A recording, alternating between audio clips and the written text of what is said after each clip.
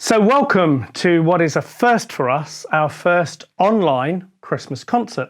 My name's Chris Young and I'm one of the members of Dunstable musical theatre company, Dumtuk to our friends.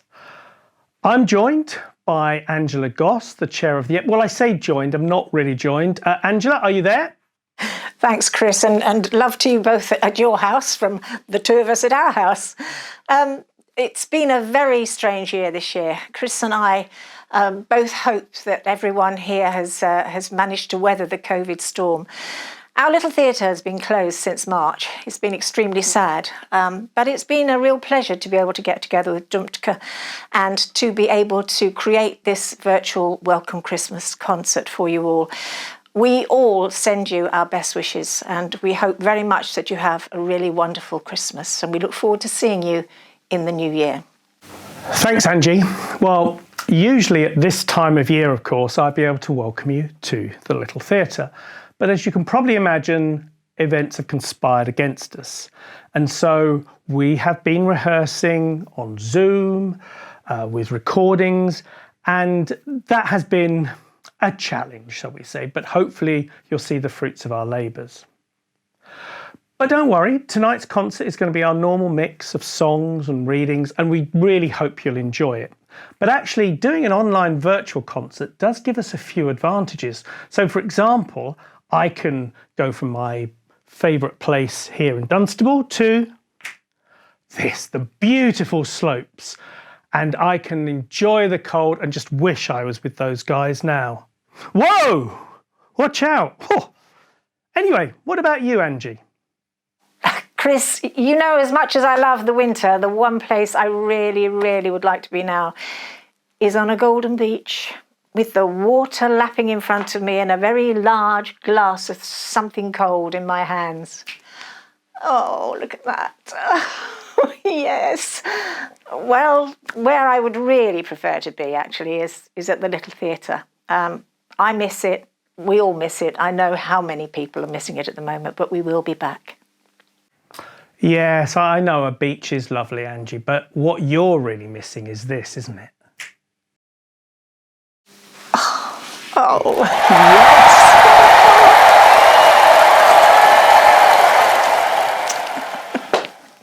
Well, enough of this mucking around. I suppose we'd better get started.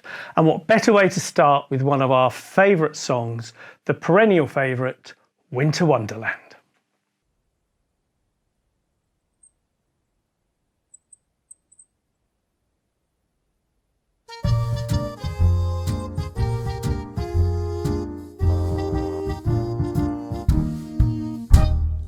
Over the ground lies a mantle of white, a heaven of diamonds shine down through the night. Two hearts are thrilling in spite of the chill in the weather.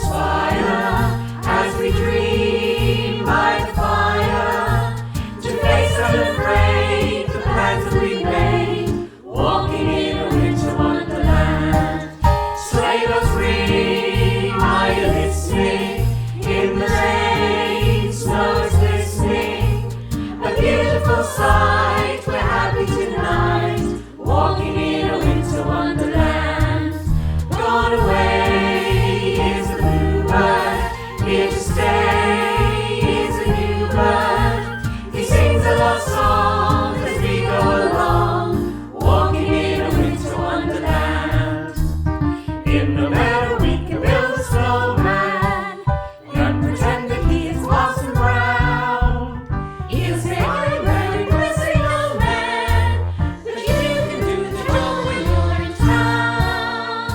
Later on we'll conspire as we dream by the fire to face unafraid the plans that we made, walking in a winter wonderland.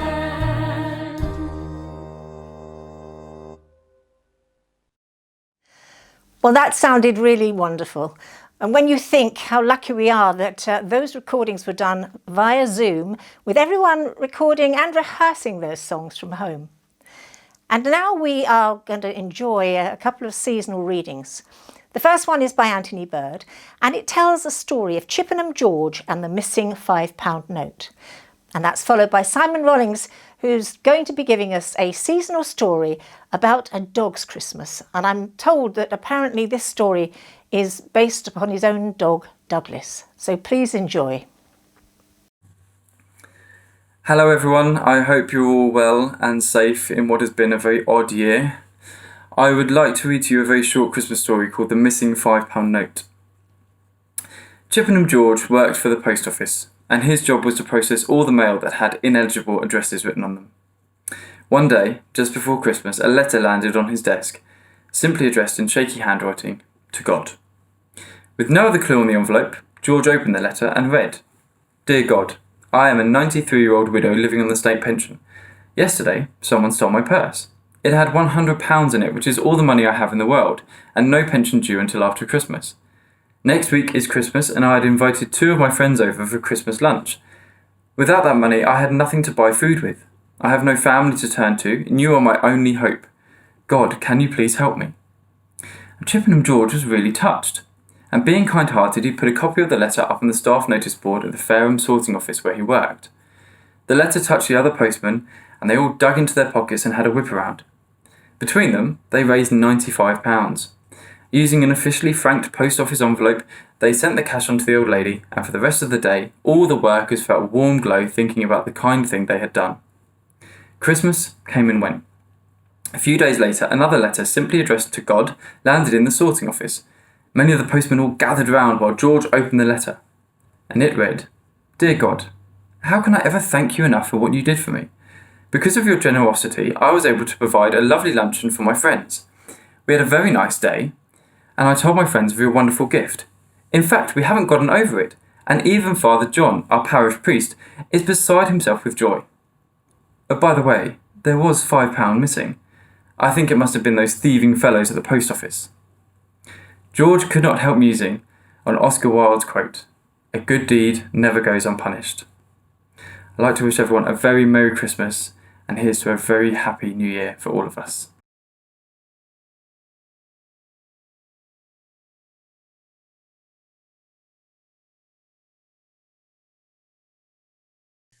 A Dog's Christmas, inspired by Douglas Rollings. December the 4th. What on earth is going on? They're bringing a tree into my room. A tree! Well, I suppose that solves the what should I do at night when I wake up conundrum. Hang on, wait. What the hell are they putting on it? Are those balls? They are! They're putting on lots of shiny balls just for me. I love them so much. December the 4th, 2 minutes later. So it turns out that apparently those shiny balls aren't for me after all. They also break really easily when you put them in your mouth. Dad looked none too pleased when I crunched into one and sharp pieces flew everywhere. I have swallowed some because I had to be sure they weren't food.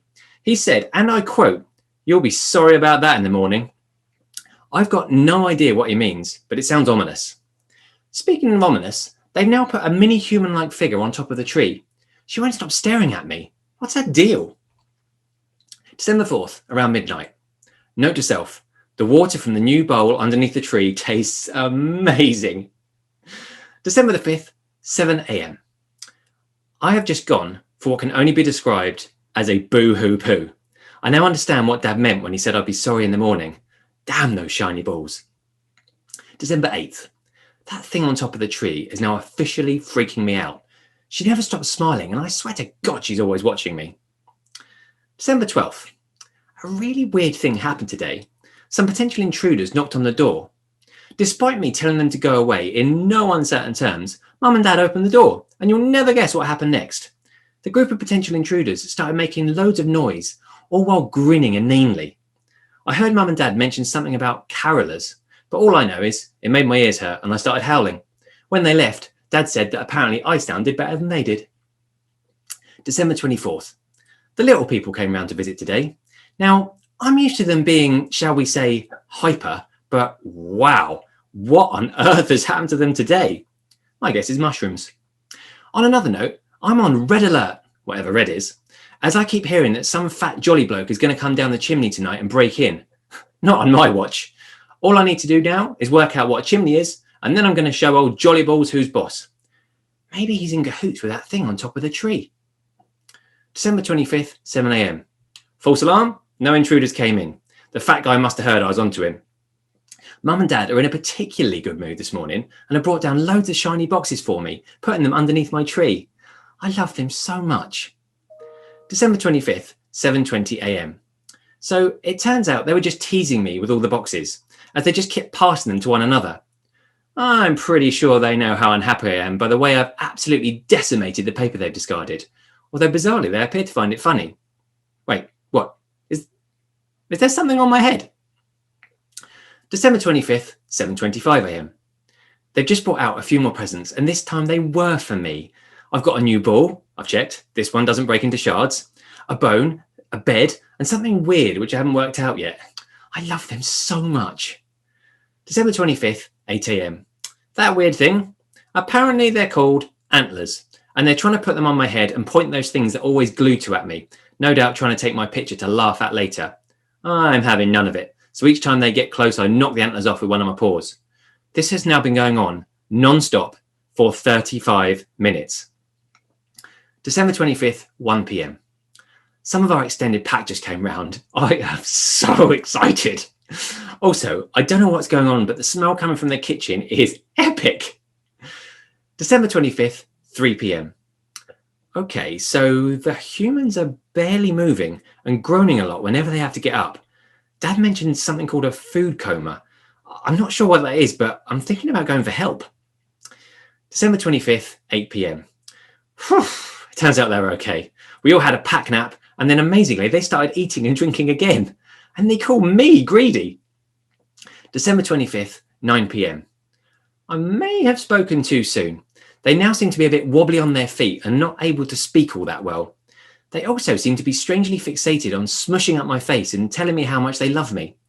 Whilst I could do without the face smushing, I'd be a liar if I said I wasn't loving the attention. I love them too. It's a shame this day only comes round once every 7 years.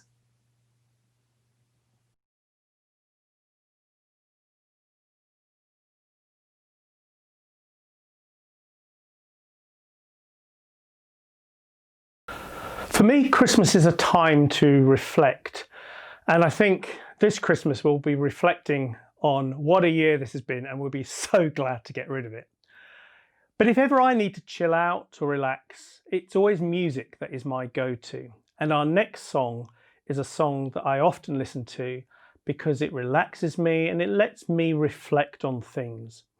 That is the beautiful Hallelujah by Leonard Cohen. And to sing that for you now in a wonderful arrangement are some of the members of DMTC.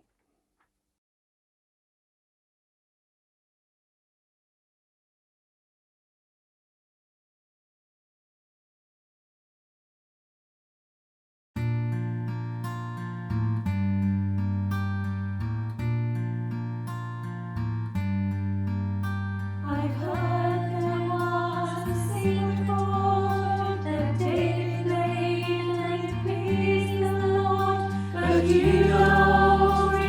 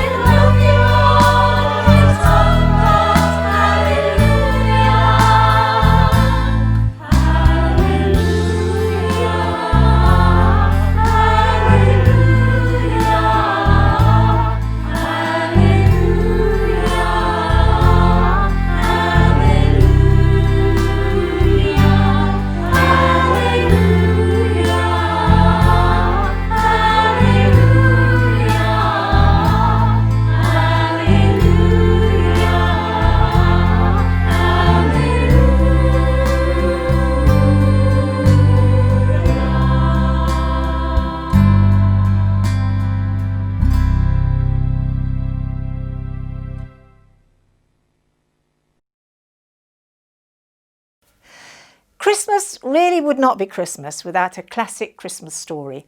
And nothing could be more classic or Christmassy than The Little Match Girl by Hans Christian Andersen. Published in 1845, The Little Match Girl is being read to you now by Mr. Alistair Brown. And we follow that with a lovely and very funny parody of The 12 Days of Christmas, done by Claire Tozer, and believe me, you will have very many laughs. She is slightly tipsy. So I'll leave you with Alistair. Once upon a time, long ago, terribly cold it was, snowing, nearly dark. There went along the street a poor little girl, bareheaded with naked feet. She carried matches in an old apron and held a bundle of them in her hand. Nobody had bought anything of her the whole livelong day. No one had given her a single farthing. Flakes of snow covered her long fair hair, but of that she never once thought. For in all the windows the candles were gleaming, and it smelt so mouth-wateringly of roast goose. In a corner, formed by two houses, she sat herself down, but she grew colder and colder. To go home she dare not venture, for she had not sold any matches. From her father she would certainly get blows, and at home it was also cold. Her little hands were almost numb. A match. It might afford her a world of comfort, if only she dared take a single one out of the bundle. She drew one out. It was a warm, bright flame, like a candle. She held her hands over it. It really seemed as though she was sitting before a large iron stove with burnished brass feet and a brass ornament at top. The fire burnt so delightfully that the little girl had already stretched out her feet to warm them. But the stove vanished. She only had the remains of the burnt-out match in her hand. She lit another. And where the light fell, the wall became transparent, like a veil, so that she could see into the room. On the table was spread a snow-white tablecloth. Upon it was a splendid porcelain service, and the roast goose was steaming famously with its stuffing of apple and dried plums. Then the match went out, and nothing but the thick, cold, damp wall was left behind. She lit another. Now there she was, sitting under the most magnificent Christmas tree. Thousands of lights were burning on the green branches, and gaily coloured pictures, such as she'd seen in the shop windows, looked down upon her. The little maiden stretched out her hands towards them when the match went out. But the lights of the Christmas tree rose higher and higher. She saw them now as stars in heaven. One fell down and formed a long trail of fire. "Someone is just dead," said the little girl. For her old grandmother, the only person who had loved her, and who was now no more, had told her that when a star falls, a soul ascends to God. She drew another match.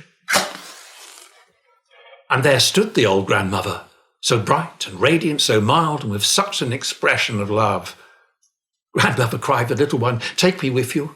You go away when the match burns out. You vanish like the warm stove, like the delicious roast goose, and like the magnificent Christmas tree." Quickly, she lit the whole bundle of matches. She wanted to be quite sure of keeping her grandmother near her.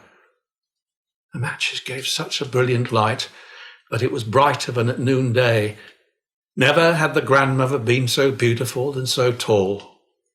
She took the little maiden on her arm, and both flew in brightness so high, so very high. Above was neither cold, nor hunger, nor anxiety.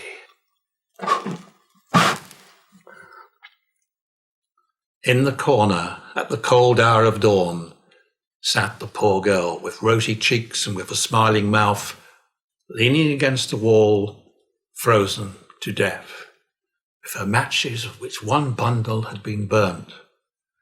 She wanted to warm herself, people said. No one had the slightest suspicion of what beautiful things she had seen. No one even dreamt of the splendour to which, with her grandmother, she had flown.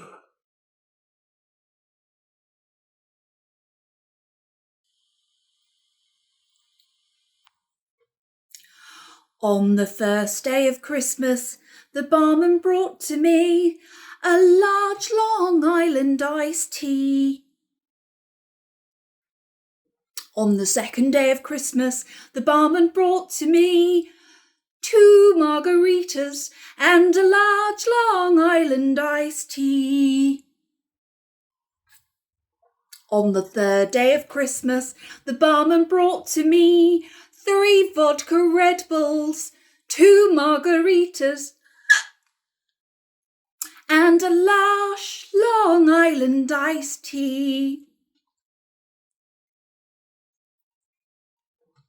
On the fourth day of Christmas, the barman brought to me 4 tequila slammers, 5 Rug Rebels, 2 margaritas, and a large Long Island iced tea.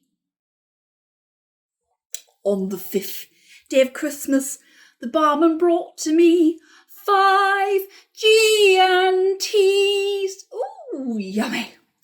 4 tequila slammers, 3 vodka rebels, 2 margaritas, and a large island iced tea. On the sixth day of Christmas, the barman brought to me 6 Harvey wool bangers, 5 G&Ts, 4 tequila slammers, 3 vodka Red Bulls, 2 margaritas, and Ella's Long Island iced tea. On the seventh day of Christmas, the barman brought to me 7 gin martinis, 6 Harvey Hallbaggers, 5 G&Ts, 4 tequila slammers, 3 rock rebels, 2 margaritas, and a large Long Island iced tea. On the 8th day of Christmas, the barman brought to me 8 Bacardi Breezers, 7 gin martinis, 6 heavy bangers, 5 giant E's, 4 tequila slammers, 3 vodka wobbles, 2 margarillas, and a large Long Island iced tea. On the 9th day of Christmas, the barman brought to me 9 Black Russians, 8 Bacardi thingies, 6 wavy headbangers, 5 G&Ts, 4 tequila slimmers, 3 vodka rebels, 2 macaronis, and a large Long Island ice.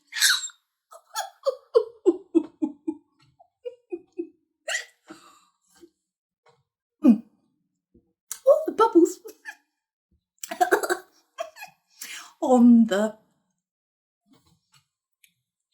10th day of Christmas, the barman brought to me 10 pina coladas, 9 black Russians, 8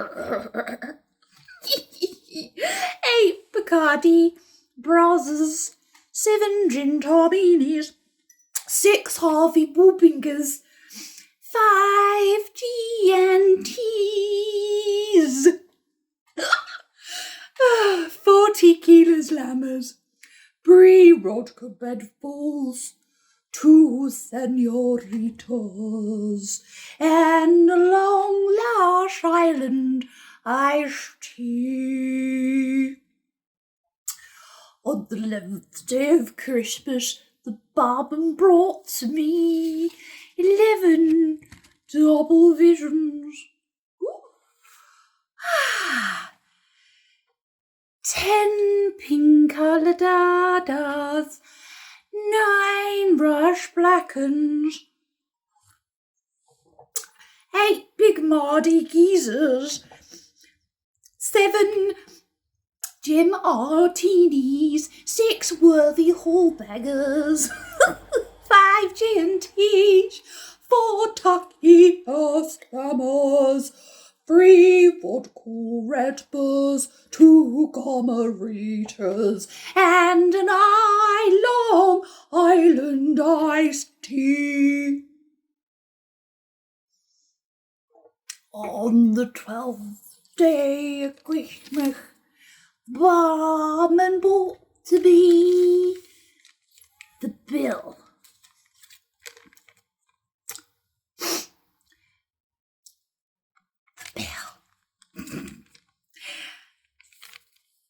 That's for Carolora money.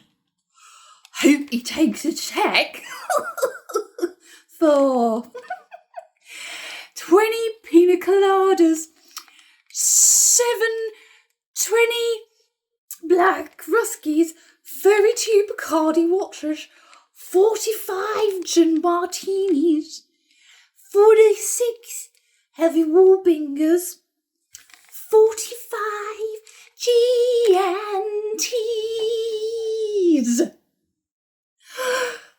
32 tequila slammers, 27 vodka redcas, 20 Gomeritas, and 11 Long Island iced teas. I hope you have a wonderful Christmas. I really, really do.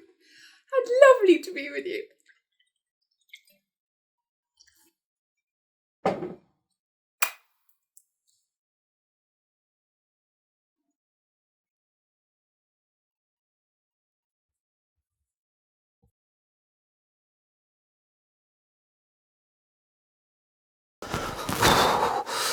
So, I don't know how many years we've been doing these concerts here at the Rep. It's several.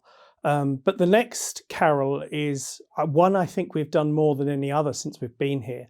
And it is a perennial favourite, not only of our audiences, but also members of the cast. And actually, if we don't do it, we get complaints. So here to sing a glorious arrangement of John Rutter's Angel's Carol are some of the ladies of DMTC. Whew.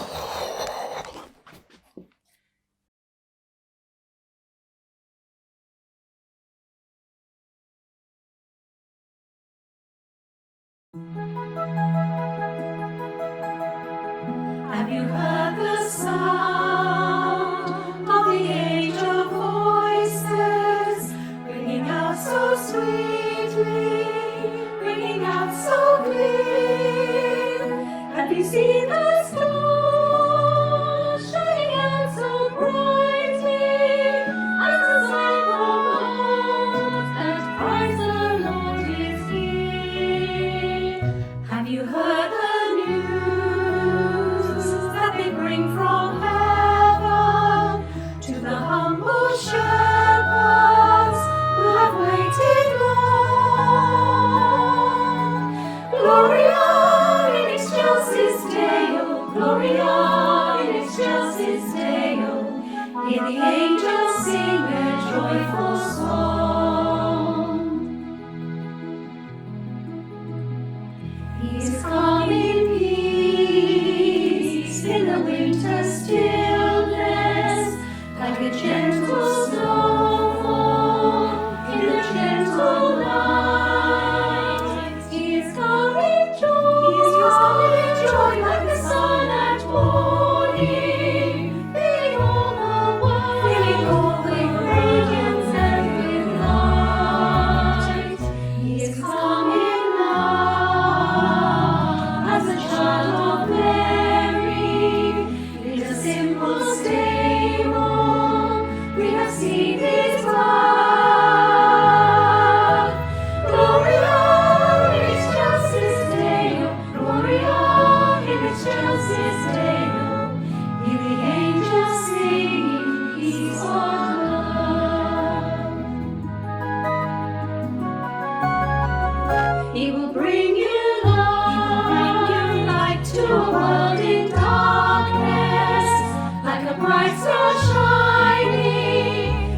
skies above. He will bring you home. He will bring you home to a waiting nations when He comes in purity and love. Let the earth rejoice at the Saviour's coming. Let the heavens with a joyful mourn. Gloria in excelsis Deo, Gloria in excelsis Deo. Hear the angels singing, Christ is born.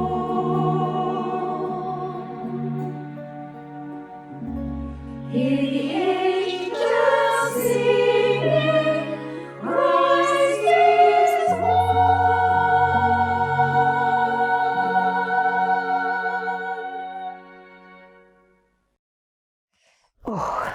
I really love that carol, and I was so pleased to be able to join Deos Dumptica, as they are now known, to take part in that favourite carol. Now, everybody knows that children write their letters to Father Christmas before Christmas. Many a child has written their letters, but this is slightly different. We have a mum who has written a letter to Father Christmas. Christine, mum of Alex, age 2, she has a particular Christmas wish list. What does Christine want for Christmas? Well, we'll let her tell you. And then we're going to follow this with Peter Carter Brown, bringing you one of the most classic Christmas poems, "'Twas the Night Before Christmas." I'm getting in the warm.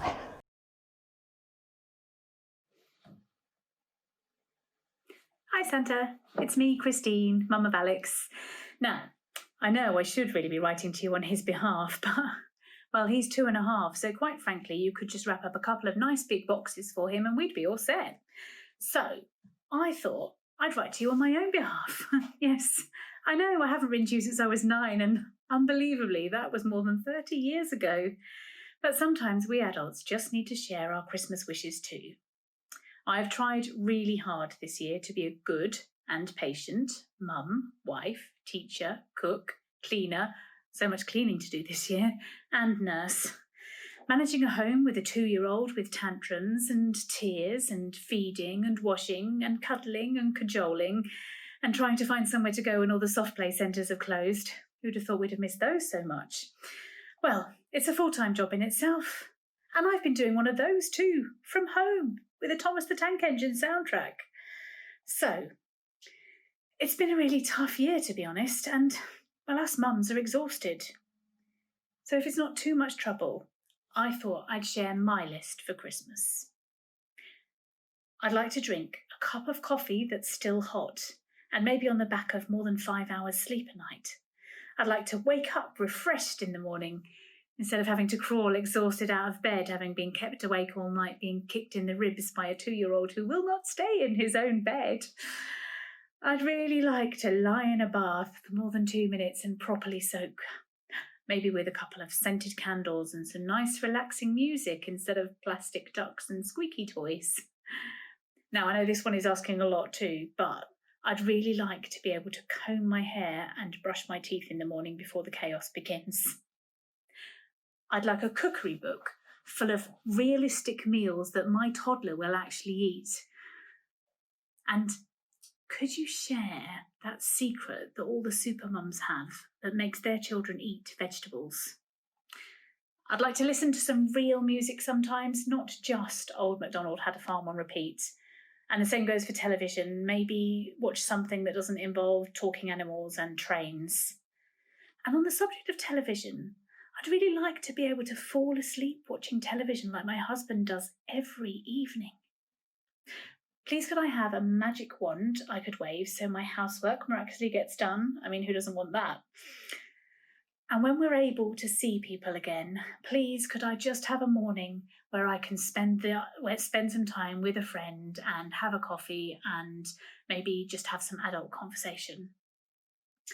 And I'd really like to be able to sometimes concentrate on doing my job properly from home without having to draw dinosaurs and mend broken helicopters. On the subject of toys, I'd like my son to play with just one toy sometimes and not empty every box all over the floor. And could you take away my guilt over the number of chocolate buttons I've had to use as bribes this year? I know, but sometimes only chocolate will do. And I promise he's actually quite good at eating fruit and vegetables the rest of the time. On the subject of chocolate, could you also take something else away? Some of the extra pounds that this lockdown has added. It's not been kind. And finally, Santa, and this one is the most important of all, please, no more Play-Doh this year. Well, that's all from me. Please give my love to Mrs. Claus. I don't suppose coronavirus has affected you too much up there at the North Pole. At least I hope it hasn't. Otherwise there are going to be some very unhappy children this year. By the way, the sherry and mince pies, which I have made myself this year because lockdown, they're in the usual place. Happy Christmas!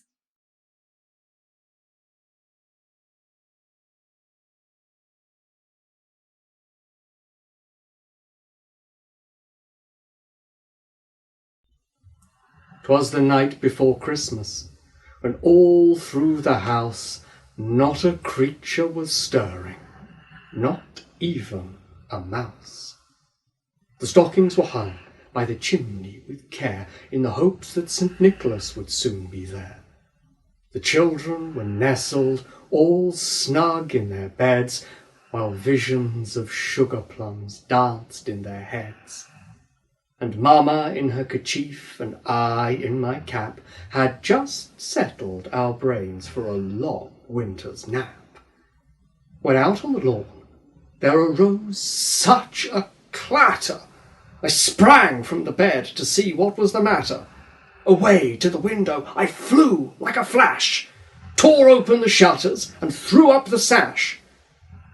The moon on the breast of the new fallen snow gave the lustre of midday to objects below, when what to my wondering eyes should appear but a miniature sleigh and 8 tiny reindeer, with a little old driver, so lively and quick, I knew in a moment it must be St. Nick. More rapid than eagles his coursers they came, and he whistled and shouted and called them by name. Now Dancer, now Dasher, now Prancer and Vixen, on Comet, on Cupid, on Donner and Blitzen, to the top of the porch, to the top of the wall. Now dash away, dash away, dash away all.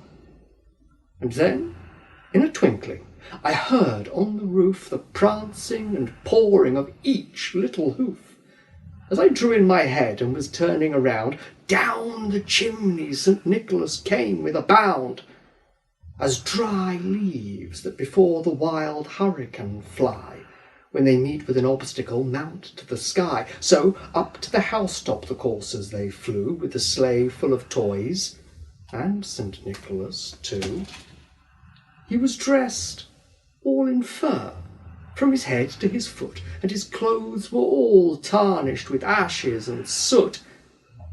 A bundle of toys he had flung on his back, and he looked like a peddler just opening his pack. His eyes, how they twinkled, his dimples, how merry. His cheeks were like roses, his nose like a cherry, his droll little mouth was drawn up like a bow, and the beard of his chin was white as the snow.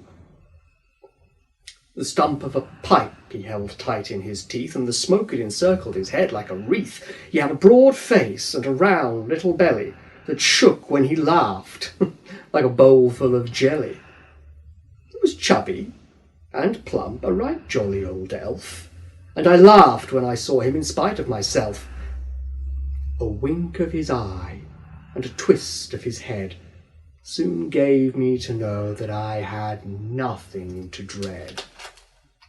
He spoke not a word, but went straight to his work, and filled all the stockings, then turned with a jerk, and laying his finger aside of a nose, and giving a nod, up the chimney he rose.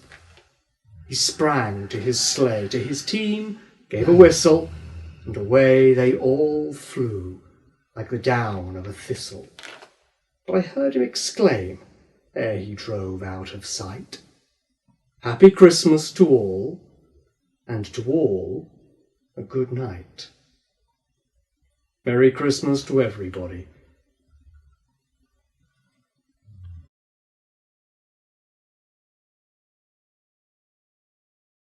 I want to thank everyone who took part in this lovely virtual Christmas concert. In particular, I want to thank Chris Young, and Joe and Ed Smale for rehearsing, recording and presenting all the music to the choir that you've enjoyed this evening. It was a lot of work for all of them. And in particular to Chris, when I suggested this idea a little earlier on in the year, little did I know how much work Chris would have to put into producing the video. So a great many thanks to Chris and to all the team. Well, next year we hope to be back at the Little Theatre, fingers crossed. We're still planning to put on our production of Jekyll and Hyde here in the spring, fingers crossed, and hopefully back in Christmas 2021 for an in-person Christmas concert. Until then, we're going to leave you with a medley of Christmas carols that you can sing along to called A Festive Celebration. So from both of us, a Merry Christmas and a Happy New Year, and please all do stay safe.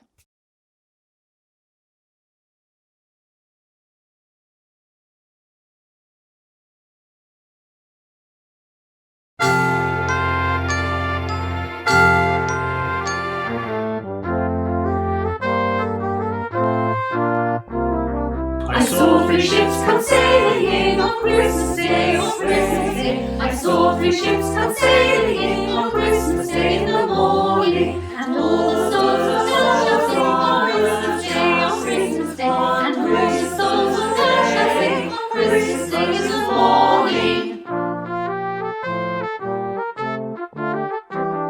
And all the bells on earth shall ring on Christmas Day, on Christmas Day, and all the bells on earth shall ring on Christmas Day in the morning, on Christmas Day, on Christmas Day, on Christmas Day, on Christmas Day in the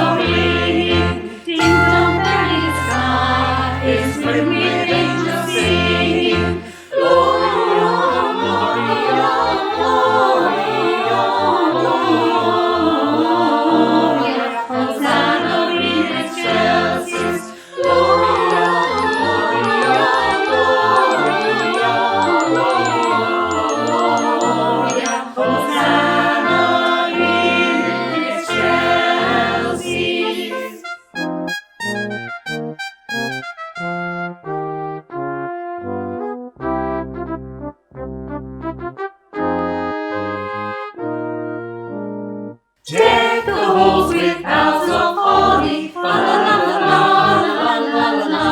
'Tis the season to be jolly, la la la la la la la. Sing with joyous all together, la la la la la la la la la la. Heedless of the wind and weather, la la la la la la la.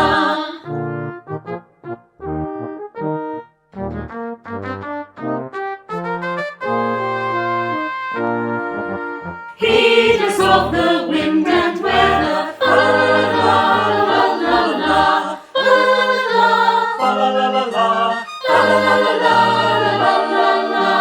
la la la la.